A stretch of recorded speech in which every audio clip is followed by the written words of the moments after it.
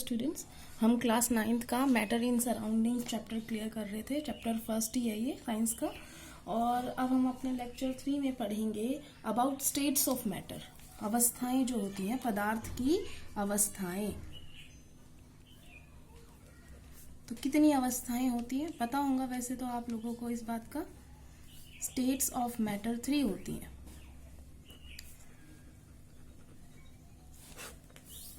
एक सॉलिड, जिसे हम हिंदी में ठोस कहते हैं।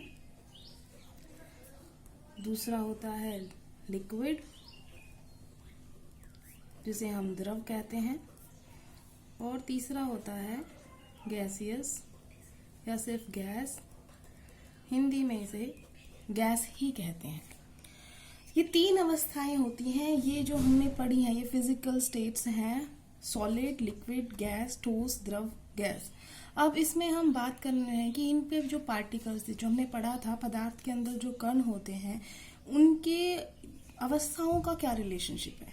सबसे पहली बात तो आप ये समझिए, अगर हम कोई सेक्शन काट के देखेंगे किसी सॉलिड का, किसी देखना चाहें कि उसमें पार्टिकल्स कितने नजदीक होंगे, तो स्थिति कुछ ऐसी होगी, पार्टिकल्स बिल्कुल नजदीक नजदीक होंगे।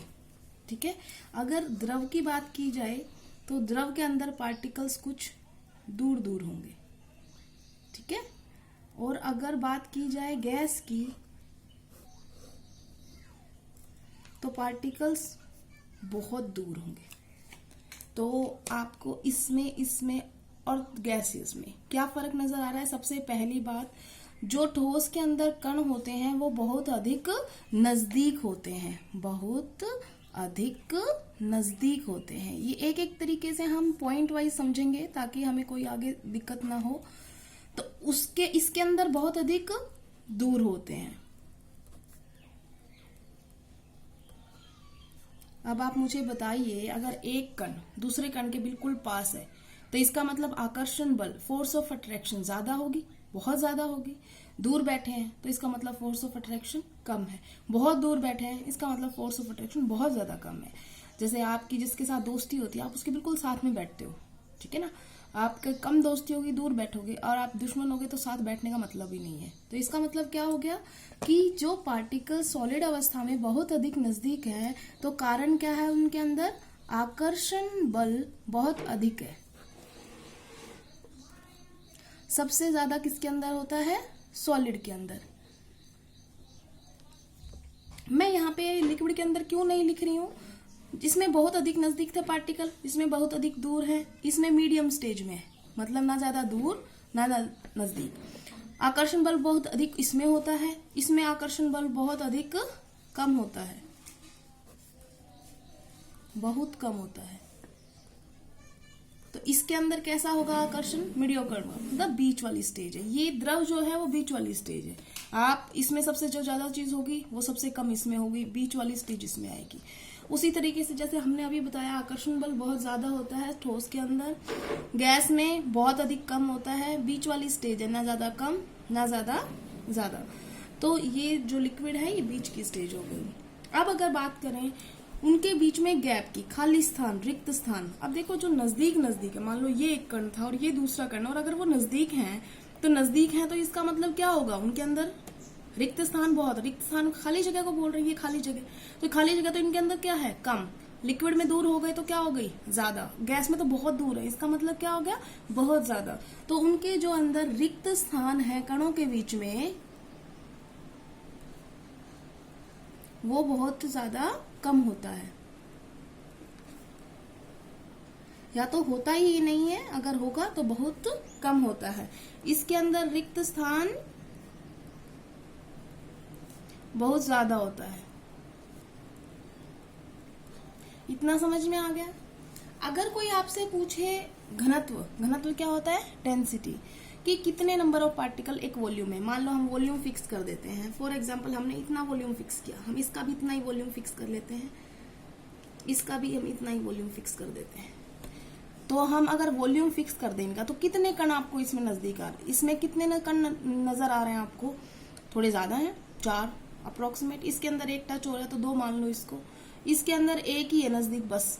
तो इसका मतलब क्या हुआ कि अगर डेंसिटी मानी जाए। डेंसिटी क्या, एक तरीके से अगर आपको नई बात समझ में आई तो आप ये समझ लो, जैसे आपकी क्लास में 30 स्टूडेंट्स हैं और आपका क्लासरूम अलॉट कर रखा है आपको। 30 स्टूडेंट्स एक दिन आए, 30 के 30 आ गए, तो डेंसिटी उस दिन क्या है, मैक्सिमम, क्योंकि 30 स्टूडेंट्स है, सारे के सारे प्रेजेंट है। एक दिन सिर्फ एक बच्चा आया, बाकी सारे छुट्टी पे, मास बंक कर लिया क्लास ने, अब उस दिन डेंसिटी सबसे कम हो गई। और एक दिन क्या हुआ, 2-3 बच्चे एब्सेंट थे, तो इसका मतलब ये समझ लो अगर 3 बच्चे एब्सेंट थे तो 27 बच्चे प्रेजेंट थे उस क्लासरूम में।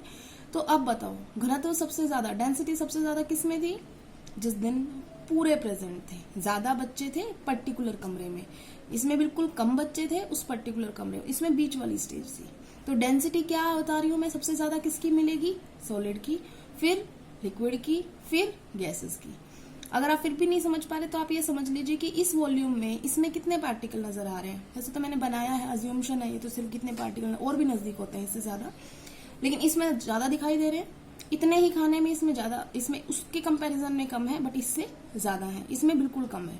तो इसका मतलब सबसे ज्यादा घनत्व किसका होता है, सॉलिड का। इसका बीच की स्टेज होती है और इसका घनत्व सबसे कम होता है। ये बात समझ में आ गई।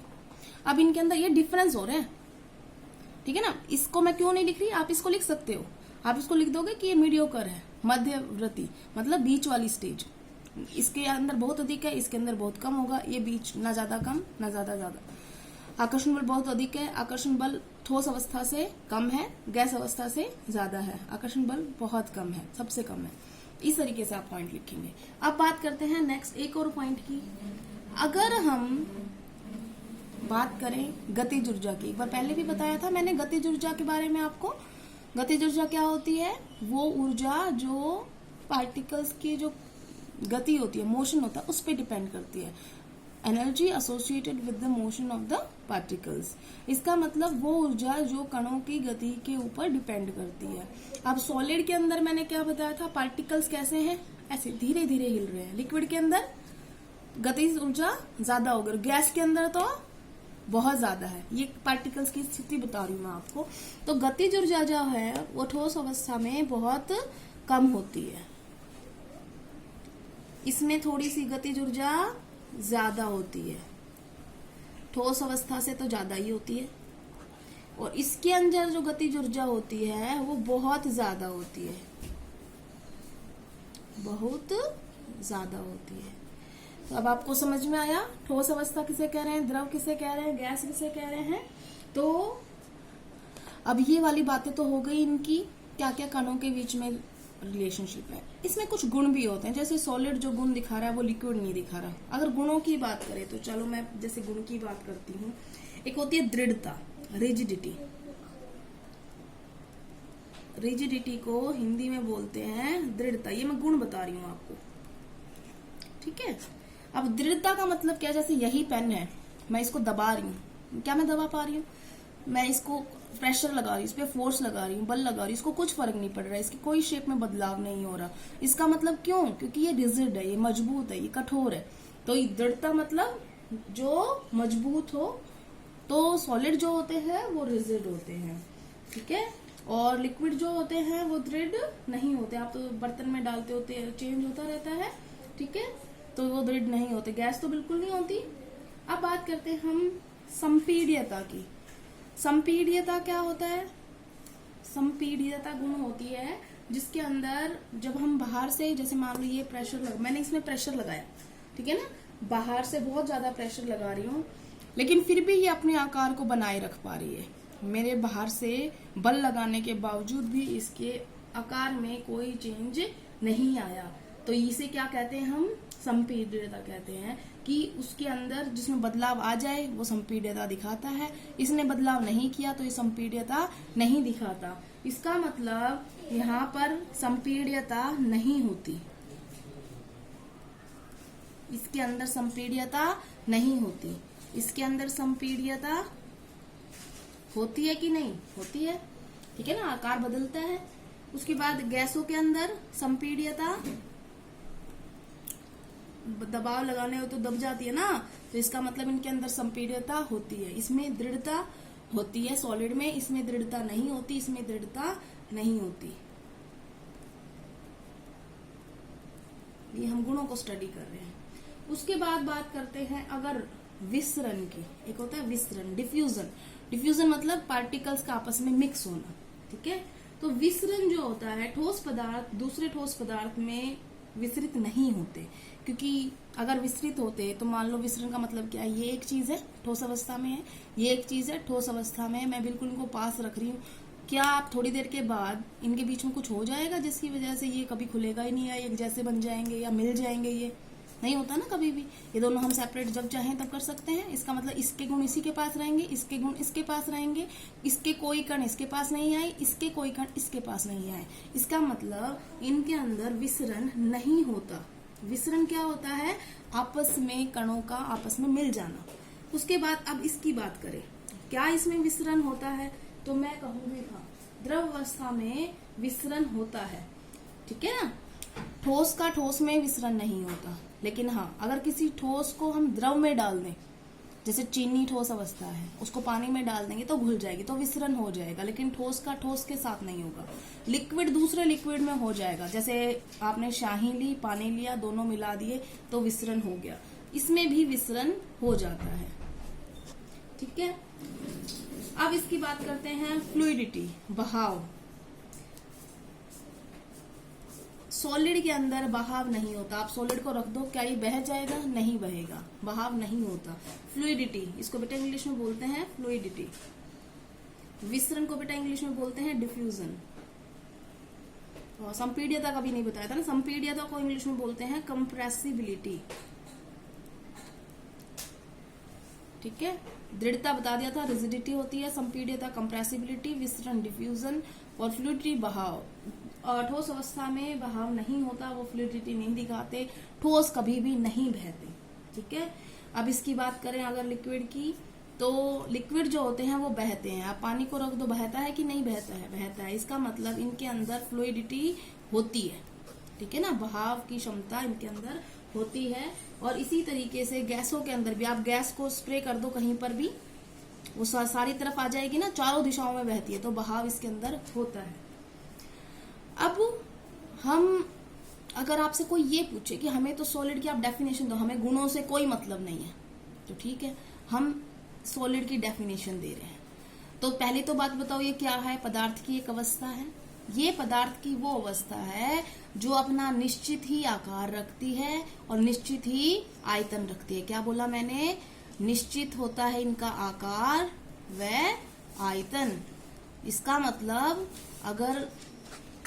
अगर यही देख लो, ये पेन सॉलिड अवस्था में मैंने आज रखा, कल भी यही रखा रहेगा, अगर परसों भी यही रखा रहेगा, इसकी शेप में कोई बदलाव नहीं आने वाला। इसका मतलब इसका आकार निश्चित है। और आयतन का मतलब ये होता है, इसका वॉल्यूम अगर मैं निकालूं, सिलेंड्रिकल है ये, तो आप IR²H इसका हम निकाल सकते हैं। तो जो वॉल्यूम होगा वो आज भी सेम रहेगा, अगले दिन भी सेम रहेगा। एंड उसके बाद अब हम आते हैं लिक्विड में। लिक्विड के अंदर वह अवस्था होती है पदार्थ की जिसके अंदर, अब देखो लिक्विड को आप समझो, हमारे पास दूध वाला आया, हमने उससे जग में दूध लिया, फिर उसको पतीले में ट्रांसफर कर दिया, तो जो आयतन रहा निश्चित आयतन रहा, लेकिन जो आकार है वो अनिश्चित है, क्योंकि आकार बदला है। और अब हम बात करते हैं गैस की। तो गैस के अंदर क्या होता है, हमने मान लो एक स्प्रे लिया, या स्प्रे आप सेंट की बोतल ले लो, बिल्कुल छोटी सी होती है। अगर आप उसको लीक कर दो एक बंद कमरे में, तो पहले वो इतने से स्पेस में थी, लेकिन बाद में मान लो जो भी उस कमरे का स्पेस होगा वो सारा ऑक्यूपाई कर लेगी। इसका मतलब उसका तो आकार भी बदल गया और उसका आयतन भी, क्योंकि अब वो कमरे का आयतन ले लेगी। तो इसका मतलब ना ही इसका आकार निश्चित है, ना ही इसका आयतन निश्चित है। तो जो आपने अभी समझा है उस सारे को हम अब एक बढ़िया सी टैबलेट फॉर्म में कर लेंगे। तो हमने क्या क्या पढ़ा है? हम पढ़ रहे हैं स्टेट्स ऑफ मैटर में हमने लिया सॉलिड, लिक्विड और गैसियस।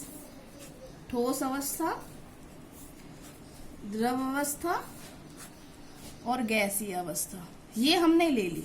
तो पहले हम इसका अगर हम अंतर लिख रहे हैं तो सबसे पहले हम अंतर लिखेंगे, क्या था हम ना, जो इसकी डेफिनेशन आई थी कि सॉलिड वह अवस्था है, ठोस वह अवस्था है पदार्थ की जिसके अंदर निश्चित क्या होता है, आकार, व निश्चित ही आयतन होता है। यही इसकी डेफिनेशन है जो आप लिखेंगे जब आपसे कोई पूछे कि सॉलिड क्या होता है, तो आप क्या कहेंगे, solid that state of matter which has definite shape and definite volume. ठोस वह पदार्थ की अवस्था है जो निश्चित आकार रखती है, निश्चित आयतन रखती है। अब बात करते हैं हम लिक्विड की। अब लिक्विड में मैंने आपको एग्जांपल बताया था, दूध वाले से लिया था जब आपने जग, तो उसमें लीटर, मान लो 1 लीटर ही लिया था, 1 लीटर ही रहा जब आपने जग में लिया और 1 लीटर ही रहा जब आपने उसको पतीले में डाला, लेकिन उसकी शेप बदल गई थी। तो यहाँ पर निश्चित क्या रह गया, निश्चित उसका रहा आयतन, जो आपने लिया था, दूध कितना लिया था। लेकिन अनिश्चित क्या हो गया, उसका आकार, उसका आकार जो है वो बदल गया। ठीक है। उसके बाद अगर हम बात करें गैस में, तो उसमें तो दोनों ही चीज अनिश्चित थी, दोनों ही चीज बदल गई। अनिश्चित ही आकार है और अनिश्चित ही आयतन है। तो ये आपको डेफिनेशन भी हो गई, डिफरेंस भी हो गया।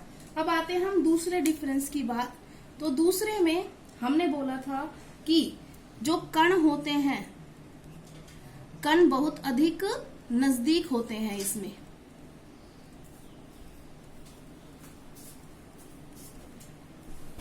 बेटा मैं सिर्फ इतना लिख रही हूं, आपने पूरा लिखना है कि ठोस अवस्था में कण बहुत अधिक नजदीक होते हैं। ठीक है, पूरी लाइन लिखनी है। ऐसे ही आप इसका लिखोगे, जब इसमें जो कण होते हैं वो बहुत अधिक दूर होते हैं।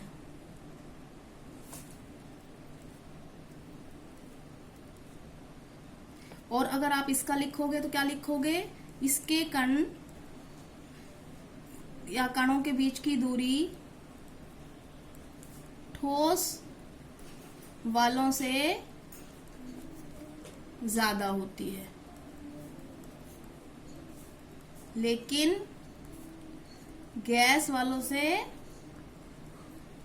गैसीय कणों से कम। ठीक है। उसके बाद तीसरी बात जो हमने बताया था, आकर्षण बल।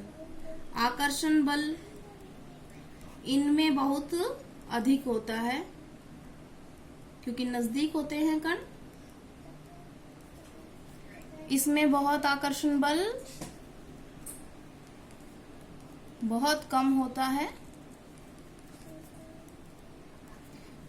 इसका आप लिख सकते हो कि ठोस से तो क्या होता है आकर्षण बल इसका, ठोस से कम लेकिन गैस से ज्यादा। या आप ये भी लिख सकते हो आकर्षण बल ठोस और गैस के बीच का होता है। ठीक है। उसके बाद हम 4th पॉइंट पे आते हैं। हमने बोला था उनका रिक्त स्थान, जो उनके बीच में खाली जगह थी, रिक्त स्थान जो होता है इनमें या तो होता ही नहीं है या होता है तो बहुत कम होता है। इनमें रिक्त स्थान ज्यादा होता है, इनमें रिक्त स्थान बहुत ज्यादा होता है। ठीक है। उसके बाद अभी हमने पढ़ा था इसके बीच में घनत्व, जो इनके अंदर घनत्व जो होता है वो बहुत ज्यादा होता है, इसमें घनत्व थोड़ा कम होता है ठोस से, और इसमें बहुत कम होता है। ये भी हमने पढ़ लिया था। उसके बाद हमने पढ़ा था गतिज ऊर्जा के बारे में। गतिज ऊर्जा, जो गतिज ऊर्जा होती है ठोस के अंदर वो बहुत कम होती है क्योंकि पार्टिकल्स बहुत हल्का सा मूवमेंट दिखाते हैं, बहुत कम होती है। इनमें गतिज ऊर्जा एज कम्पेयर टू सॉलिड के ज्यादा होती है लेकिन गैस से कम होती है, और इनमें सबसे ज्यादा होती है। ठीक है ना, इसमें सबसे ज्यादा। उसके बाद हम आ रहे हैं 7th पॉइंट पे। हमने बताया था इनके अंदर दृढ़ता का गुण होता है, बताया था ना, इनके अंदर दृढ़ता होती है, इनके अंदर दृढ़ता नहीं होती, इनके अंदर भी दृढ़ता नहीं होती। उसके बाद हमने बताया था दृढ़ता को बेटा रिजिडिटी बोलते हैं, इंग्लिश मीडियम के लिए बता रही हूँ ये। गतिज ऊर्जा को काइनेटिक एनर्जी, घनत्व को डेंसिटी, काइनेटिक एनर्जी। आकर्षण बल फोर्स ऑफ अट्रैक्शन। अब इसकी बात करते हैं 8वें पॉइंट की। हम बात कर रहे थे दृढ़ता, हमने कर ली थी। दृढ़ता के बाद आए थे हम संपीड्यता के गुण पे।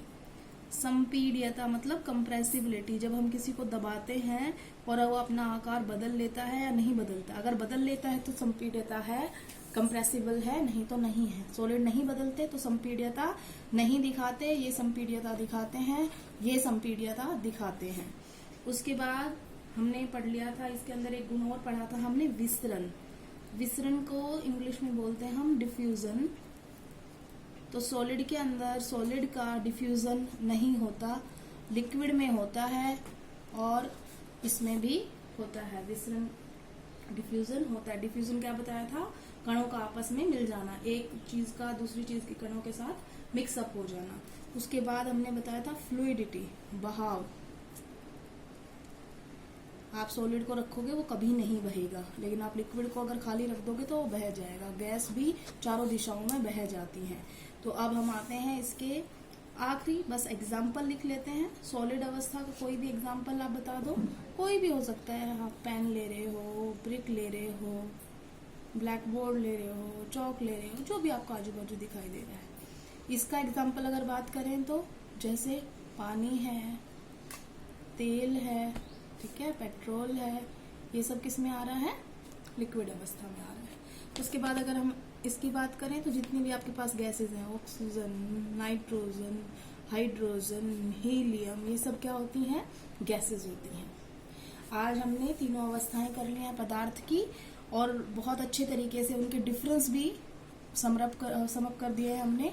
तो अब आपका काम जो होगा वो यही है आज का, कि पदार्थ की तीनों अवस्थाओं के बीच में अंतर लिखने हैं।